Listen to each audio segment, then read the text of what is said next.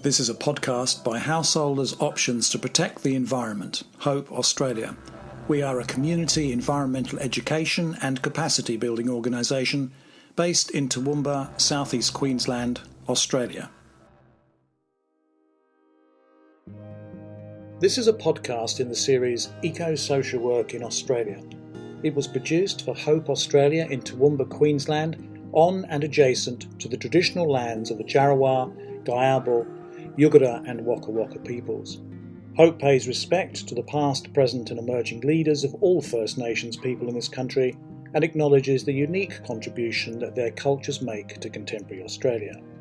Hello, my name is Andrew Nicholson and I am the producer of the Eco-Social Work in Australia podcast series. Eco-social work is underpinned by the idea that human health and well-being are dependent upon a healthy natural environment. So that means that our well-being as humans hinges upon or is interdependent with the well-being of the natural world.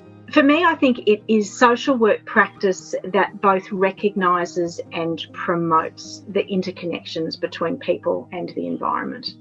An eco-social work approach is an approach to our profession that recognises the absolutely central position that the natural environment plays in the existence and the continued survival of human beings. Eco-social work can be a core theoretical approach within our practice framework. It's not an add-on. It's not something that we only do sometimes, but it has the potential to actually be a fundamental element of a social work practice framework. Welcome to this initial collection of episodes within a new podcast series, Eco-Social Work in Australia. The series is based upon interviews with a diverse range of Australian social work practitioners who give their personal perspectives on some of the still emerging ideas, practices and principles of an exciting and important turn within contemporary mainstream Australian social work practice. This body of work has been variously termed green, environmental or eco-social work. I shall be using the last named term extensively throughout this series.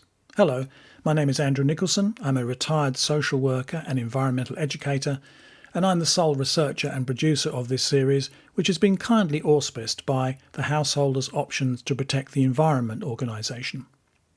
A key object of this podcast project is to help grow a conversation amongst listeners about eco-social work practice adoption. And as a conversation catalyst, I hope that the ideas offered in the series can help increase the adoption of eco-social work amongst colleagues in their workplace, professional groups and associations, and in networking with other allied professionals. I want to use this introductory episode of the series to help set the background for subsequent commentary. Podcast guests have been drawn from academic and social work training, mainstream practitioner or student in training roles. Starting with half a dozen or so initial interviews presented in mid-2021, it is hoped that this project will be carried over to provide a growing verbal snapshot of eco-social work evolution in Australia over the next few years. So now, turning to the topic itself and my own basic definition of eco-social work, and that is as a form of transformative social work practice which, systematically, considers the presence and potential influence of physical, environment and natural world influences on client concerns, challenges and well-being, and wherever possible, factors those influences into the assessments, plans and implementation of professional client intervention. There are other definitions of eco-social work with other emphases given, and you will hear some of these in guest interviews. In terms of its origins within mainstream practice, I hope that the history of eco-social work theory and practice development will be covered comprehensively in a future episode of this series. But before that happens, I want to outline some aspects of that history now, albeit very briefly. So, by the early 1990s, some far-sighted social work researchers had started to critique the exclusive influences of social system theory and social person-in-environment metaphors within mainstream practice. At that time, and in the wider context of a growing awareness of increasing human-caused planetary ecological damage, most notably represented by global heating and increasingly dangerous levels of climate change, theorists started to point to the need to incorporate physical, environmental and ecological concerns into mainstream social work. However, these voices remained largely on the periphery, and their influence remained minor at that time. In Australia from the early 2000s, eco-social work theory, methods and forms of intervention had been emerging slowly as a relatively niche practice interest. The field here was given a boost by responses made to the global agenda for social work and social development theme, promoting environmental and community sustainability, which directed and influenced World Social Work Day in 2017. Some social workers around the country were stimulated by such wider professional acknowledgement of accelerating physical environmental problems, including the increasing recognition of a now escalating climate emergency. At that time, small groups of workers in some states embarked on information gathering and education of colleagues on eco-social work ideas. And within the last 4 to 5 years, we have also seen an increase in Australian academic research and training on eco-social work practice, and also partnership between the AASW and the Climate and Health Alliance advocacy organisation, which has lent social work support to help progress the urgent need for a national Australian strategy to tackle the climate emergency and its growing impacts on public health. This thumbnail sketch on the recent history of eco-social work practice evolution in this country also needs to be considered in the context of 2 other physical environment-linked events. Firstly, the global heating exacerbated and unprecedented levels of recent Australian floods, droughts, heatwaves and bushfires have given this country a shocking foretaste of the impacts of the human-induced climate emergency as they drive a new abnormal in weather patterns. And those factors were occurring even before the COVID-19 pandemic added its own set of stressors to the mix of national physical environmental impacts occurring from late 2019 onward. Because as with the climate emergency at base, the origins of the COVID-19 pandemic are also tied up with the consequences of human environmental interference and damage. Recent climate change and pandemic disease impacts on public health and well-being in Australia and elsewhere have provided a stark illustration of the serious and often disproportionate vulnerabilities experienced by communities, including social work clients, as produced through physical environmental impacts. On current fossil fuel powered developmental trends, we know that the climate emergency is set to intensify, and that COVID-19 is only one of many other novel viruses which could pose considerable risks to human health in the future. Perhaps it is therefore unsurprising that a recurrent podcast theme picked up by several guests in interview points to the future necessity of professional concerns for client social well-being to be linked through practice interventions to environmental well-being and the need for a safe climate. In response to escalating public, physical and mental health risks and vulnerabilities driven by current trends of ecological and environmental damage and deterioration, there is a growing sense amongst some of the pioneers of Australian eco-social work approaches that in order to remain relevant in the face of such serious contemporary challenges, the mainstream social work profession in this country, along with colleagues in associated fields of health, psychology and other sectors, must play a systematic and active role in promoting better physical, environment-linked social justice and well-being outcomes for clients. The present and future threats posed to human health and well-being by dangerous levels of global heating and climate change is one obvious place to start, but there are others, such as the need for structural economic reform toward a low-carbon circular economy, and some podcast discussions is devoted to that topic.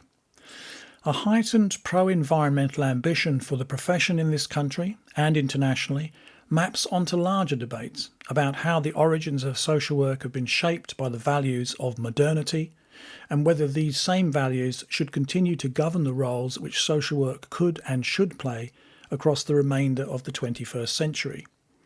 Some commentators have pondered over what 40 years of largely ameliorative social work accommodation to neoliberal economic orthodoxy has done to the profession's transformative value system.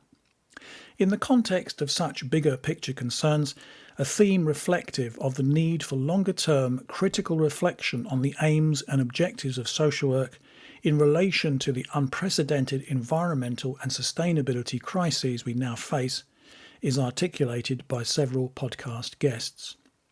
So in summary, there has been an initially slow but now accelerating increase of interest in eco-social work ideas and practice in Australia over the last 15 years or so. Notwithstanding this progress, it seems fair to conclude, at least anecdotally, that in 2021, eco-social work continues to remain a marginal concern for mainstream professional practice in this country. For a number of reasons, it is important that we find ways to boost rapidly the level of interest in and mainstream adoption of eco-social work, and this podcast series is one small attempt to do that. For whatever the outcome of such longer-term structural debates concerning the future positioning of the profession vis-à-vis the physical environment, there are already practical examples of eco-social work intervention in Australia taking place in response to environmental challenges. Several podcast guests describe practical on-the-ground examples of eco-social work practice they have experienced in recent years.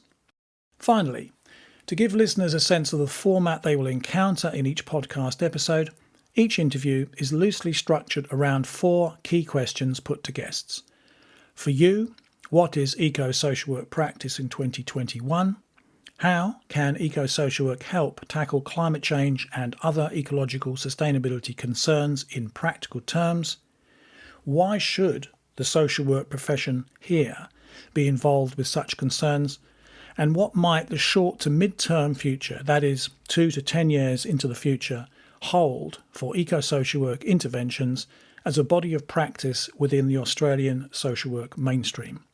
To assist comprehension, time-elapsed markers for interview talking points and any associated references or resources discussed with guests are contained in the text episode notes which accompany each podcast recording. In closing this introduction, I hope that we can all help grow the conversation on the value of greater eco-social work adoption around topics such as the need for a more comprehensive and easily accessible eco-social work knowledge base to help focus and encourage eco-social work intervention on climate change and other related sustainable development issues, the need for more mainstream experimentation with some of the practices of the early adopting eco-social work practitioners showcased within this series, and a need for more innovative professional thinking to include a critical exploration of the existing tenets and principles of the profession and whether these remain fit for purpose in the light of the extraordinary challenges we face as a global society in the 21st century. And most of all, the need for a clear and strongly articulated eco-social work practice vision going forward. Such a vision will help motivate and guide a much stronger mainstream social work response to the climate emergency and other ecological sustainability challenges in the years ahead. And it will also help facilitate removal of the constraints which are slowing the uptake of eco-social work within the mainstream. We should be concerned about issues to do with the climate and with the environment, because as social workers, whether we like it or not, we are going to be at the coalface of dealing with the consequences of these dynamics. If we keep writing the natural environment out of the social environment, the social work person environment perspective, then we're going to continue to damage both the environment and the people that we work with.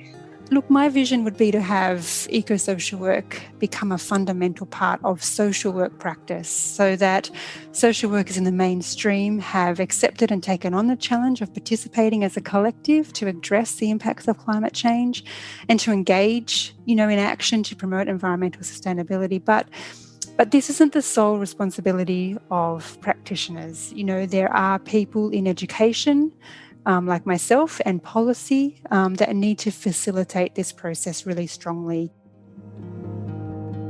You've been listening to a podcast episode in the series Eco-Social Work in Australia, produced for householders' options to protect the environment. Please consult the episode text notes for possible references to topics discussed and relevant contact details should you wish to respond to anything you've heard. My name is Andrew Nicholson, producer of the series, and thank you for listening.